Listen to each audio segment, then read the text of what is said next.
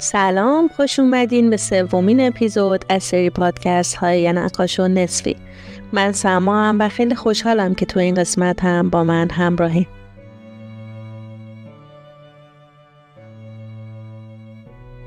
امروز میخوام براتون راجع به مردی صحبت کنم که نه تنها یکی از معروفترین و محبوبترین نقاش های تاریخ هنره، بلکه خیلی از اون به عنوان نابغه و دانشمند دوره رنسانس هم یاد میکنن. مردی که میتونست همزمان با یک دست نقاشی کنه و با دست دیگه بنویسه. مردی که برای اولین بار کانسپت ماشین پرنده یا همون هواپیما رو کشید و به دنیا معرفی کرد. بله، لئوناردو داوینچی.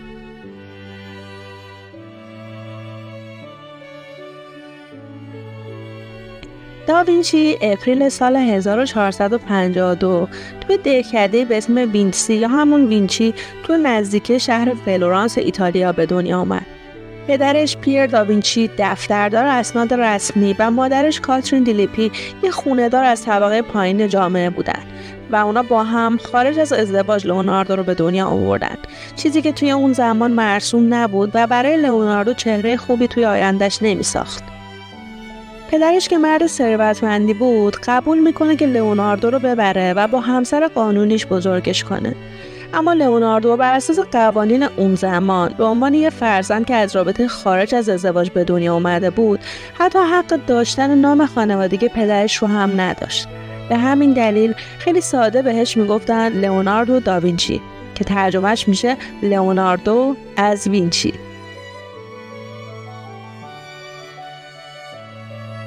خانواده لئوناردو وقتی 8 ساله بود به فلورانس تغییر مکان میدن که پدرش بتونه توی کارش پیشرفت بیشتری داشته باشه.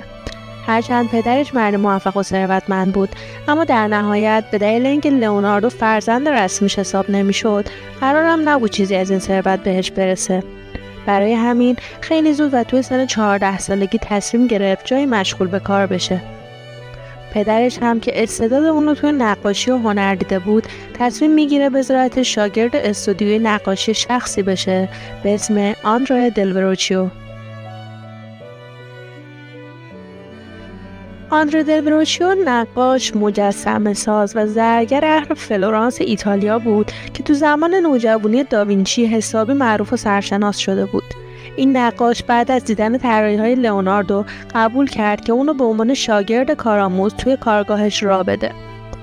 شاگرد کارگاه نقاشی و مجسمه سازی بودن برای لئوناردو داوینچی 7 سال طول کشید.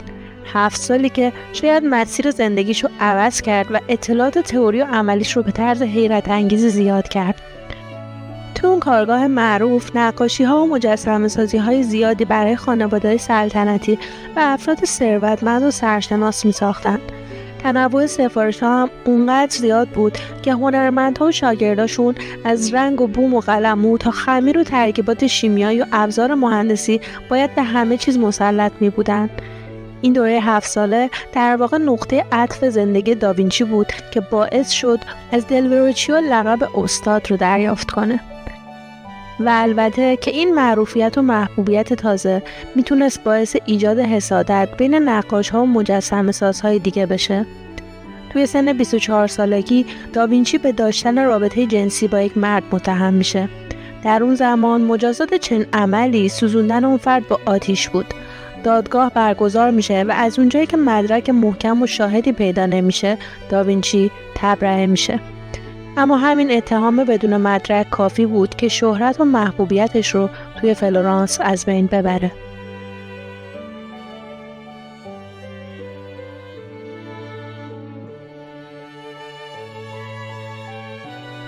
توی همون زمان بین فلورانس و ناپولی جنگی شکل میگیره و تمام هنرمندهای کارگاه داوینچی مجبور میشن هنر رو متوقف کنن و به دفاع از شهرشون برن. از اونجایی که داوینچی فرزندی متولد شده از رابطه خارج از ازدواج بود، اجازه نداشت وارد گارد رسمی بشه یا به عنوان سرباز و شوالیه بجنگه. در نتیجه تصمیم گرفت از هنر نقاشی، محاسبات و مهندسیش استفاده کنه و ابزار جنگی طراحی کنه تا بتونه از فلورانس دفاع کنه. به همین خاطر از دوره 20 سالگی لئوناردو داوینچی طراحی‌های حیرت انگیزی از ابزار جنگی، پل، ساختمون و خیلی چیزای دیگه وجود داره.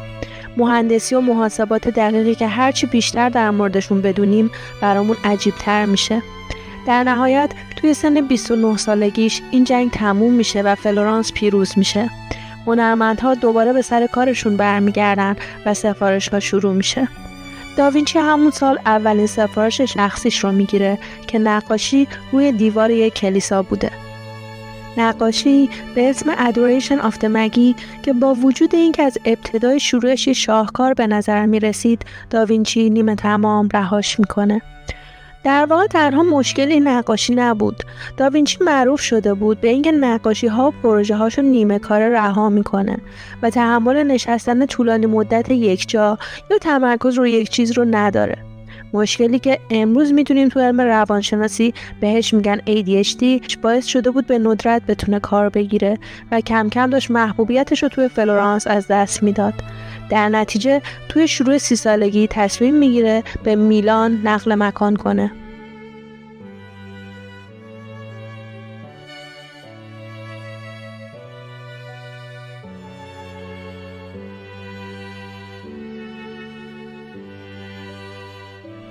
داوینچی توی شهر جدید زمان بیشتری نیاز داشت تا بتونه با وجود مشکل عدم تمرکز و بیش‌فعالی که داشت کار رو سفارش بگیره و خودش رو به بقیه بشناسونه. اما توی اون زمان هم بیکار نموند. شروع کرد به طراحی ابزارالات جنگی و یک کتاب پر از اختراعات، طراحی‌ها و محاسبات فوق‌العاده توی این زمینه ازش به جا موند. اختراعهایی که بعضیاش چندین سال بعد ساخته و شناخته شد. چیزهایی مثل تیرکمون‌های غول‌پیکر، وسایل زیردریایی یا هوایی و حتی سربازهای رباتیکی. داوینچی که زمان زیادی صرف طراحی ابزارالات جنگی کرده بود، یه نامه به اضافه چند تا از طراحی‌هاش برای دوک میلان فرستاد و گفت که میتونه توی دفاع از شهر و حتی کشور خیلی بهشون کمک کنه و البته آخر نامه اضافه کرد که نقاش هم هست. دوک میلان هم بعد دریافت نامه پیام فرستاد که داوینچی رو ببرن پیشش. برخلاف چیزی که همه فکر میکنن، داوینچی توی اون دوره به شدت مایل بود که نقاشی رو رها کنه و به کار طراحی و معماری مشغول بشه.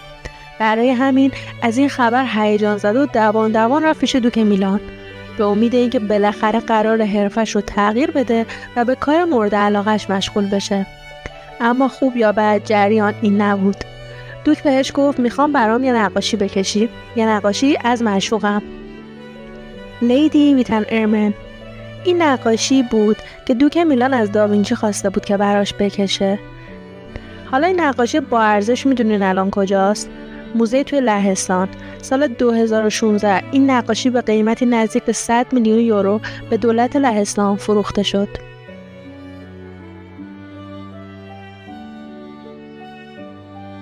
دوک میلان که از نقاشی حیرت زده شده بود، داوینچی رو به طور رسمی توی کادر سلطنتی با سمت هنرمند استخدام میکنه و بهش تکلیف جدیدی میده: کشیدن نقاشی برای کلیسای سانتا ماریا، جایی که داوینچی یکی از معروفترین کارهاش رو میکشه. نقاشی د لست ساپر یا شام آخر. این نقاشی که توسط لئوناردو داوینچی و به دستور دوک وقت میلان روی دیوار کلیسا کشیده شده بود، صحنه‌ای رو نشون میده از آخرین شامی که عیسی مسیح با یارانش یا همون حواریون خورده. چون خودم این نقاشی رو خیلی دوست دارم، دلم میخواد یه توضیح کوتاه و مختصری هم اینجا راجبش بهتون بدم. شام آخر روایت لحظه‌ایه که عیسی مسیح به یارانش میگه یه نفر از شما قراره به من خیانت کنه که نتیجهش میشه مصلوب شدن مسیح. این لحظه به عشای ربانی یا شام آخر معروفه. داوینچی لحظه‌ای بعد از گفتن این حرف به حواریون رو نقاشی کرده. تعجب و خشم و حیرت اونها رو موقع شنیدن این داستان. طبق روایت ها یه نفر توی قسمت سمت چپ نقاشی یه دستشو به سمت نون دراز کرده و توی دست دیگهش یه کیسه است که احتمالاً کیسه سکه یا پولیه که برای خیانت به عیسی جایزه گرفته. اسم این شخص یهوداست. و از یه نفر دیگه هم توی نقاشی براتون بگم که خیلی مهمه: مری مدگلن یا مریم مجدلیه. مریم مجدلیه بر اساس برخی روایت‌ها توی زمان عیسی مسیح زنی تنفروش و بسیار زیبا بوده. یه روز مردم توی شهر دنبالش میکنن تا به جرم تنفروشی سنگسارش کنن. مریم دوان دوان به عیسی پناه میبره و عیسی به مردم میگه بسیار خوب، سنگسار کنید، اما اولین سنگ رو کسی پرتاب کنه که تا به حال گناهی نکرده. مردم با شنیدن این حرف شرمسار و پراکنده میشن. مریم مجدلیه که جونشو مدیون عیسی بوده بهش ایمان میاره و تا آخر عمر تبدیل میشه به یکی از وفادارترین و نزدیکترین حواریون. خب حالا این شخصیت رو گوشه ذهنتون داشته باشین تا یه رمان بهتون معرفی کنم. رمان داوینچی کد یا کد داوینچی که اسم یه رمان معمایی و تاریخی نوشته نویسنده معروف آمریکایی دن براونه که سال 2003 چاپ شد. شاید جالب باشه بدونید که این کتاب سال 2003 تونست رکورد فروش رقیبش هری پاتر رو بزنه. فروشش به 60 میلیون نسخه رسید و به 44 زبان ترجمه شد. اما این کتاب در مورد چیه؟ ماجرای این کتاب در مورد تاریخ مسیحیت و نظریه‌های متفاوت در مورد تئوری خون مقدس و جام مقدسه.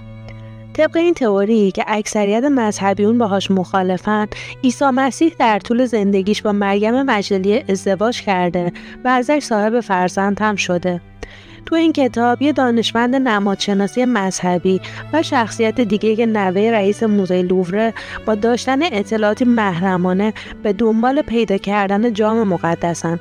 جامی که به گمان اونها وجود داره و کلیسای کاتولیک و واتیکان قصد پنهان کردنشو دارن چون منافعشون به خطر میفته. جام مقدس طبق روایت مذهبی و انجیل جامیه که مسیح در شام آخری که با حواریون خورده ازش شراب نوشیده و بعد در زمان مصلوب شدنش از همون جام برای جمع‌آوری خونش استفاده کردن.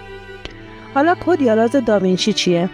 تو این کتاب اشاره میشه به اینکه لئوناردو داوینچی برخلاف روایات مذهبی و انجیل جام مقدس رو در دست مسیح نکشیده و از اونجایی که داوینچی فرد غیر مذهبی بوده با نشون دادن علامت وی بین مسیح و مریم مجدلیه که نماد مؤنث بودنه اشاره میکنه به این موضوع که در واقع جام مقدس مریم مجدلیه است و خون مقدس فرزندشون.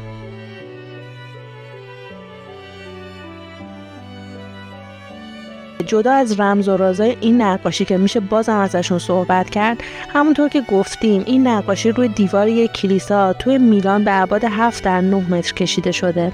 تصور کنید این نقاشی معروف و پرحاشیه اگه روی دیوار نبود چند بار تا حالا دست به دست دزدیده یا خرید و فروش با قیمت‌های نجومی شده بود. داوینچی این اثر رو برخلاف نقاشی‌های دیواری مرسوم اون زمان که روی گچ مرطوب کشیده میشد به صورت تجربی مستقیم روی گچ خشک کشید که این تکنیک البته خوب پیش نرفت، به حدی که حتی در حین تکمیل شدن نقاشی به خاطر پوسته شدن رنگ روی دیوارها بارها مجبور شد نقاشی رو ترمیم کنه. اما جدا از تکنیک اشتباهی که خود داوینچی استفاده کرد، این نقاشی مسیر خیلی سختی رو هم گذرون تا به امروز برسه. ساکنین کلیسا سال 1652 میلادی بخشی از دیوار رو برای ساخت در جدید خراب کردند و این کار باعث از بین رفتن قسمت زیادی از پای مسیح در نقاشی شد. سربازای ناپلئون این قسمت رو برای مدتی تبدیل به استبل کرده بودند و با شلیک گلوله آسیب بیشتری بهش زدند. نازی‌ها هم در جنگ جهانی دوم این منطقه رو بمبارون کردند و دیوارهای اطرافش رو از بین بردند. به همین دلیل این نقاشی تا به امروز نزدیک به 8 بار مورد مرمت قرار گرفته.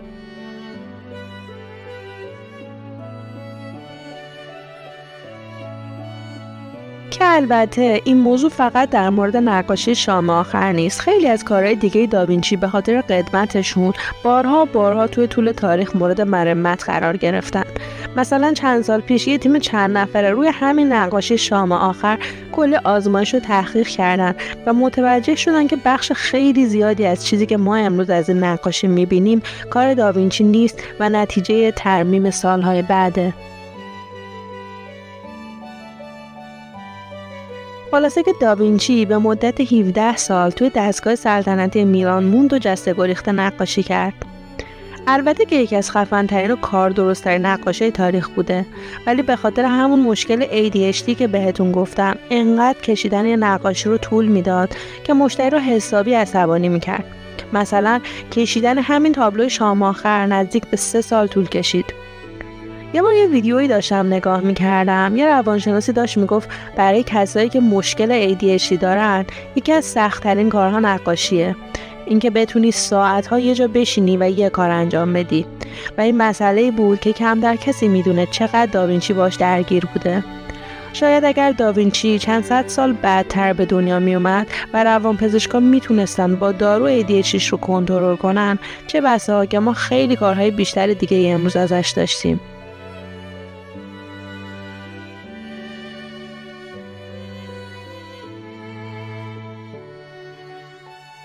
اما به هر حال لئوناردو داوینچی به لطف دوک میلان توی اون مدت 17 سال کار کردنش توی دستگاه سلطنتی آزادی عملی داشت که میتونست بدون دغدغه مالی چیزای جدیدی رو تجربه و امتحان کنه. مثلا پروژه‌ای که توی زمان حضورش توی میلان جرئت نکرد در موردش به کسی چیزی بگه. احتمالاً به نظرتون عجیب بیاد، ولی داوینچی به طور مخفیانه جسدها رو کالب و چکافی میکرد. اعضای بدنشون رو جدا میکرد و ازشون طراحی میکرد و خب خودش هم به این مسئله واقف بود که کار عجیبی انجام میده که دفترچه طراحی‌هاش هم به همین خاطر مخفی نگه میداشت. به علاوه که توی اون زمان کالب و چکافی خلاف قوانین کلیسای کاتولیک بود و جرم محسوب میشد. هرچند که این دفترچه طراحی‌های ممنوعه 100 سال بعدتر پیدا شد، اما اونقدر این طراحی‌ها دقیق و بی‌نقص بود که امروزه تبدیل شده به پایه و اساس قوانین طراحی آناتومی. از این دفترچه‌ای که براتون گفتم 15,000 صفحه تا به امروز نجات پیدا کرده و رسیده به دست ما. جالبه بدونید که داوینچی خیلی جاهای این دفترچه نوشته‌هاش رو پشت و رو می‌نوشته، طوری که فقط با نگاه کردن توی آینه میتونید بخونید. دلیلش هم این بوده که میترسیده ایده‌هاش رو بدزدن یا افراد مذهبی با پیدا کردن نوشته‌هاش براش مشکل درست کنن.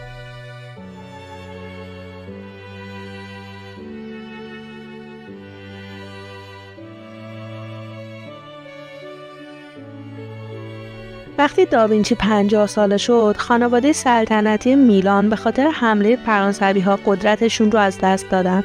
داوینچی هم مجبور به ترک میلان شد، اما با کمترین چیزی که میتونست با خودش از میلان ببره، با کمترین مال و منال و نقاشی‌هایی که ازش به جا مونده بود. داوینچی این بار تصمیم گرفت به جاهای مختلف ایتالیا سفر کنه تا بلکه این بار بتونه حکومتی یا جایی رو پیدا کنه که ایده‌های مهندسی و جنگیش رو لازم داشته باشن. احتمالاً این مسئله بی ربط به بالا رفتن سن و مشکل عدم تمرکزش روی نقاشی کشیدن هم نبود. و توی مقصد بعدی با رسیدنش به ونیز، ایده ها کارهاش رو به دوک ونیز نشون داد. اختراعاتی که برای اون زمان توی نوع خودش حیرت انگیز بود. اگه بخوام از عجیب بودن ذهن و ایده های داوینچی براتون توی این قضیه بگم، چیزایی طراحی کرده بود برای پرواز کردن، برای غواصی و راه رفتن زیر آب، پل‌هایی که از منظر معماری و عمران امروز بی‌نقص به نظر میرسه. و البته یادمون نره که این اختراعات و طراحی‌ها مربوط به زمانیه که حتی آدم‌ها ساعت هم هنوز نداشتن و نمیتونستن زمان رو حدس بزنن.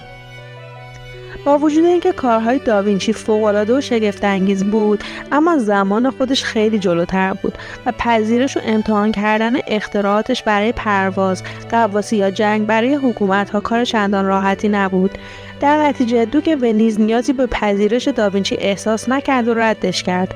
داوینچی هم مجبور شد دوباره به شهر خودش فلورانس برگرده.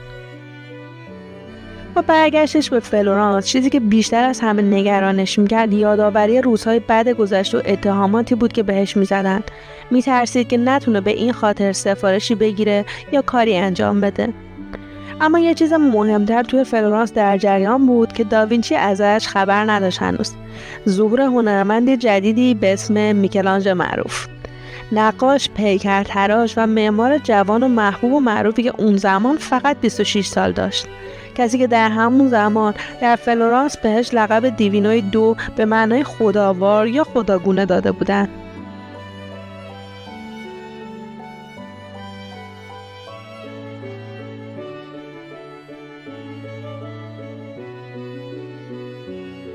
داستان جالبیه، بذارین براتون بگم. تقابل این دوتا هنرمند با هم توی فلورانس خیلی حاشیه ساز شد. اونقدری که حتی یک بار با هم توی جمع فیزیکی درگیر شدن. هر دوشون توی خاطرات و زندگی نامه هاشون از تنفر و حسادتشون به همدیگه هم گفتن. یه مورد از تفاوتاشون رو بگم که شاید براتون جالب باشه. داوینچی به شدت خوش‌پوش و تمیز و مدرن بود، به ظاهرش و لباساش خیلی اهمیت میداد، یا حتی وقتی میخواست پورتری کسی رو بکشه موزیسین می آورد و همه جا رو پر از بوی عطر عود و گل میکرد تا مدلش خسته نشه و لذت ببره. و البته که تمام اینها بی رفت به سالهای متوالی زندگیش توی شرایط سلطنتی نبود. برخلاف اون، میکلانج به محیط زندگی، سر و وضع و ظاهرش و مدل‌هاش اهمیتی نمیداد. اونقدر گاهن درگیر کار میشد که هفته‌ها فرصت حموم کردن هم پیدا نمیکرد و مدل‌ها و مشتری‌هاش از کثیفی خودش و محل کارش شکایت میکردن. حالا ته همه این دعواها و حسادت‌ها و تنفرهای بین این دو نفر رسید به اینجا که داوینچی دید توی 50 و چند سالگی دیگه حوصله و اعصاب دعوا و درگیری با یه هنرمند معروف 26 ساله رو نداره. در نتیجه با خودش گفت بذار یه بار دیگه شانسمو توی مهندسی ابزار جنگی امتحان کنم. این بار کارش رو فرستاد به پسر پاپ الکساندر که خیلی معتقد بودن حکمران خونخواریه و تشنه جنگ و وسایل جنگیه. و اینطوری شد که پسر پاپ به عنوان اولین نفر به طور رسمی اختراعات داوینچی رو پذیرفت و اونو به عنوان مهندس ارشد ارتش توی دستگاهش استخدام کرد. حالا داوینچی مسئول مهندسی، ساخت و سرکشی به برج‌ها، پل‌ها، ابزارالات جنگی و تنظیم و طراحی نقشه‌ها شده بود.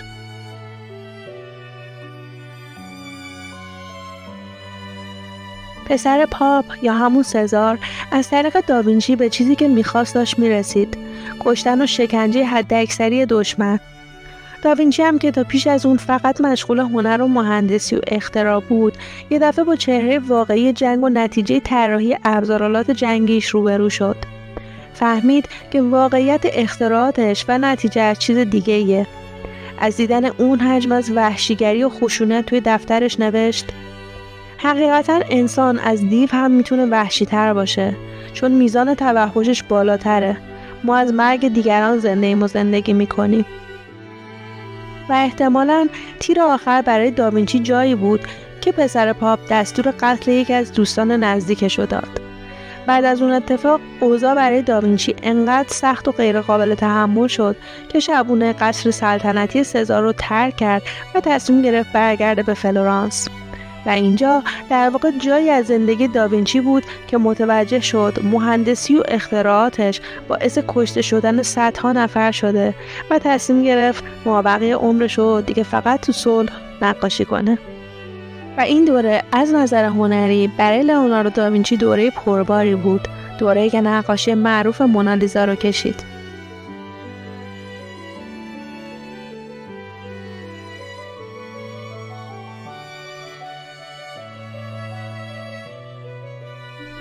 داشتم فکر میکردم شاید بهتر باشه راجع به نقاشی مونالیزا تو این پادکست صحبت نکنم، چون خب توضیحاتش خیلی مفصله و طول پادکست رو زیاد میکنه.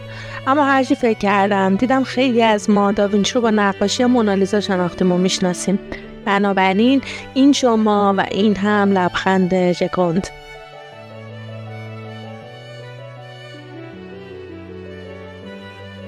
چون این نقاشی خیلی قدیمیه، مثل خیلی از آثار دیگه داوینچی قطعیتی پشت اینکه مدل کار کی بوده نیست. عده‌ای معتقدن داوینچی ورژن زنانه خودشو کشیده، عده‌ای میگن داوینچی نسخه زنانه شاگردش سالای رو کشیده و خیلی نظریه‌های دیگه. اما بین همه این حدس و گمان‌ها یه سری مدارکی وجود داره که نیمه درستی یه فرضیه رو میتونه تا حدودی ثابت کنه. مدل این نقاشی لیزا دل ژوکوندو همسر یکی از اشراف ایتالیا بوده که این نقاشی هم قرار بوده به عنوان پیشکشی برای تولد دومین فرزندشون بهش هدیه داده بشه. هدیه‌ای که هیچ وقت به دستش نرسید چون کشیدنش نزدیک به 3 سال زمان برد و البته تا 10 سال بعد هم داوینچی داشت روش کار میکرد. لیزا توی این نقاشی روی صندلی نشسته و دستهاش رو روی هم گذاشته که نشانه از محجوبیت و آرامششه. در واقع این نقاشی یک از اولین پورتره‌های ایتالیایی بود که فردی رو نشسته با پس زمینه خیالی تصویر میکرد. چند تا نکته جالب راجع به این نقاشی بهتون بگم. یکی اینکه دید ما به مونالیزا دید مستقیم بیننده است و دیدمون به تصویر پشت سر دید هوایی یا دید پرنده است. تصویر پشت پورتره نشون دهنده منظره ساکن، آروم و حتی یخزده است که کمترین نشونی از زندگی تو جریان داره. به اضافه پلی که ادعا میشه روی رودخونه آرنو در نزدیکی آرزو واقعا وجود داره. سال 2008 هم یک پروفسور زمین‌شناسی تحقیقاتی ارائه داد که نشون میداد این منظره مربوط به منطقه واقعی توی ایتالیا و در واقع خیالی نبوده.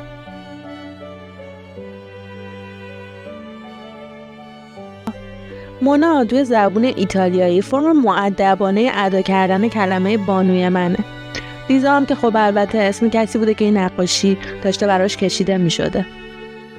یه نکته جالب دیگه که براتون بگم، همونطور که ما امروز میبینیم مونالیزا هیچ ابرو و مژه‌ای نداره. اما تحقیقات یه تیم مهندسی سال 2007 با استفاده از دستگاه‌های قوی اسکن نشون داد که در واقع مونالیزا در ابتدا با ابرو و مژه کشیده شده بوده.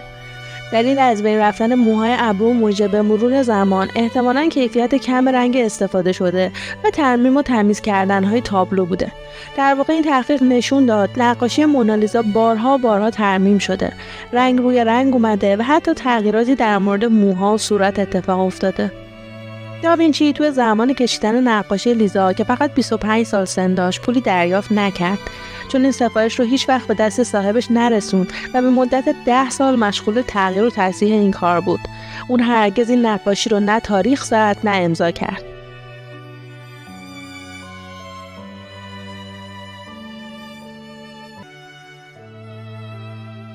اما راز لبخند ژکون چیه؟ تا حالا بهش فکر کردین؟ با کنار هم گذاشتن لایه‌های مختلف نقاشی و پیگمنت‌های رنگ‌ها مشخص شد که داوینچی از کمترین مقدار رنگ سیاه توی نقاشی استفاده کرده و برای درست شدن قسمت‌های تیره‌تر صورت و سایه‌های تیره‌تر از تکنیک ایجاد عمق استفاده کرده. حالا یعنی چی؟ یعنی قسمت‌های تیره‌تر روی صورت واقعاً عمق دارن. اونا قسمت‌های عقب‌تر توی لایه‌های نقاشی هستن و این عمق‌ها باعث میشه که شما نتونید مرز درستی دور لب‌ها یا چشم‌ها ببینید. بنابراین استفاده از این تکنیک باعث شده که در طول تاریخ دیدن این نقاشی حسی به بیننده القا کنه که معروف بشه به لبخند ژکون.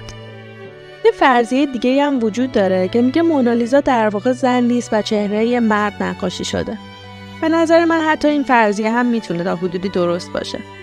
برای توضیحش یکم توی قصه میرم عقب‌تر. سال 1490 میلادی یه پسر بچه 10 ساله به اسم ژیان کاپروتی که خیلی شیطون و شر و شلوغ بوده میاد کارگاه داوینچی دنبال کار. میگه دنبال یه جایی برای زندگی میگرده و در ازاش هم به داوینچی خدمت میکنه هم مدل تمام وقت برای نقاشی هاش میشه. داوینچی هم که دیگه پا به سن گذاشته بود و دست تنها بوده قبول میکنه. به پسر بچه شیطون هم لقب سالای رو میده که یعنی شیطان کوچک. این پسر کوچیک علیرغم همه شیطنت‌ها و کارخرابیاش به مدت 25 سال توی خونه و کارگاه داوینچی میمونه و تبدیل میشه به دوست نزدیک مدل خیلی از کارها و البته به گفته عده‌ای شریک عاطفی داوینچی. با وجود صدها صفحه یادداشت بجا مونده از داوینچی که راجع به همه چیز صحبت کرده و نوشته، به طرز عجیبی اشاره به روابطش نکرده که خب نتیجه گرفته شده اینه که از حرف زدن در مورد این موضوع واهمه داشته. شروع کنجکاوی‌ها در مورد زندگی شخصی و روابط داوینچی از قرن 16 و بعد از درگذشتش شروع شد و ادامه پیدا کرد.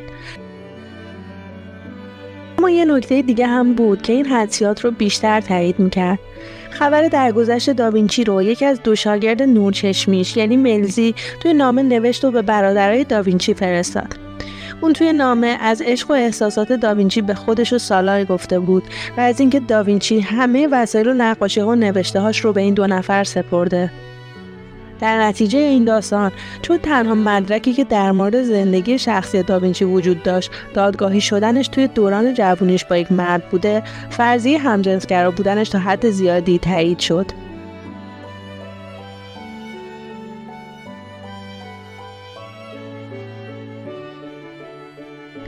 سال 1506 میلادی فرماندار میلان از داوینچی درخواست کرد که برای کمک به ساخت یک مجسمه و انجام کار هنری دیگه از فلورانس به میلان بره. رفتن داوینچی به میلان براش خیلی خوب شد. با ورودش به اون شهر مورد استقبال و احترام زیادی قرار گرفت. شغل ثابتی به عنوان مشاور معماری نصیبش شد و با کار نیمه وقت نقاشی روی دیوارها و تابلوها درآمدش به شکل خوبی زیاد شد. از این درآمد و احترام زیاد استفاده کرد و شاگردهای زیادی رو هم توی اون دوران تعلیم داد.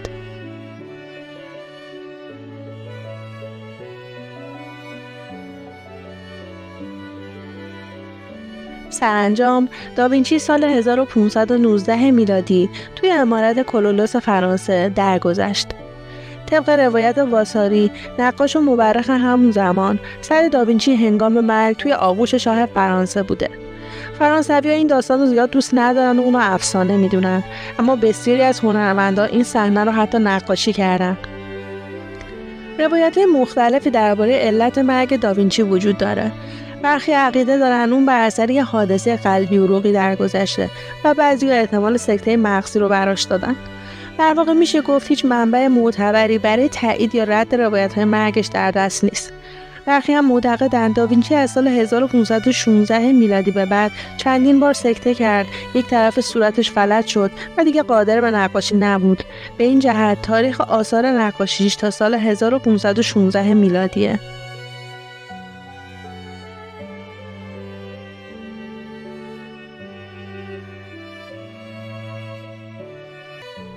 دلم میخواد این اپیزودو با این حرف تموم کنم. حالا که با آخری سفرمون توی زندگی لئو داوینچی میرسیم، میتونیم اونو مردی ببینیم که نبوغ و هوشش فراتر از زمان خودش بوده. کنجکاوی بی‌امان و خلاقیت بی حد و حصرش نه تنها شاهکارهایی رو تو زمان خودش به وجود آورد، بلکه آینده رو هم شگفت زده کرد. میراث داوینچی گواهی بر قدرت تخیله، یادآوری این که توی همه ما پتانسیل رویا پردازی فراتر از محدودیت‌های واقعیت وجود داره. پس بیایید شاهکارهای داوینچی و حضورش رو توی تاریخ با جرأت استفاده از تجسم و تخیل و تغییر واقعیتمون جشن بگیریم.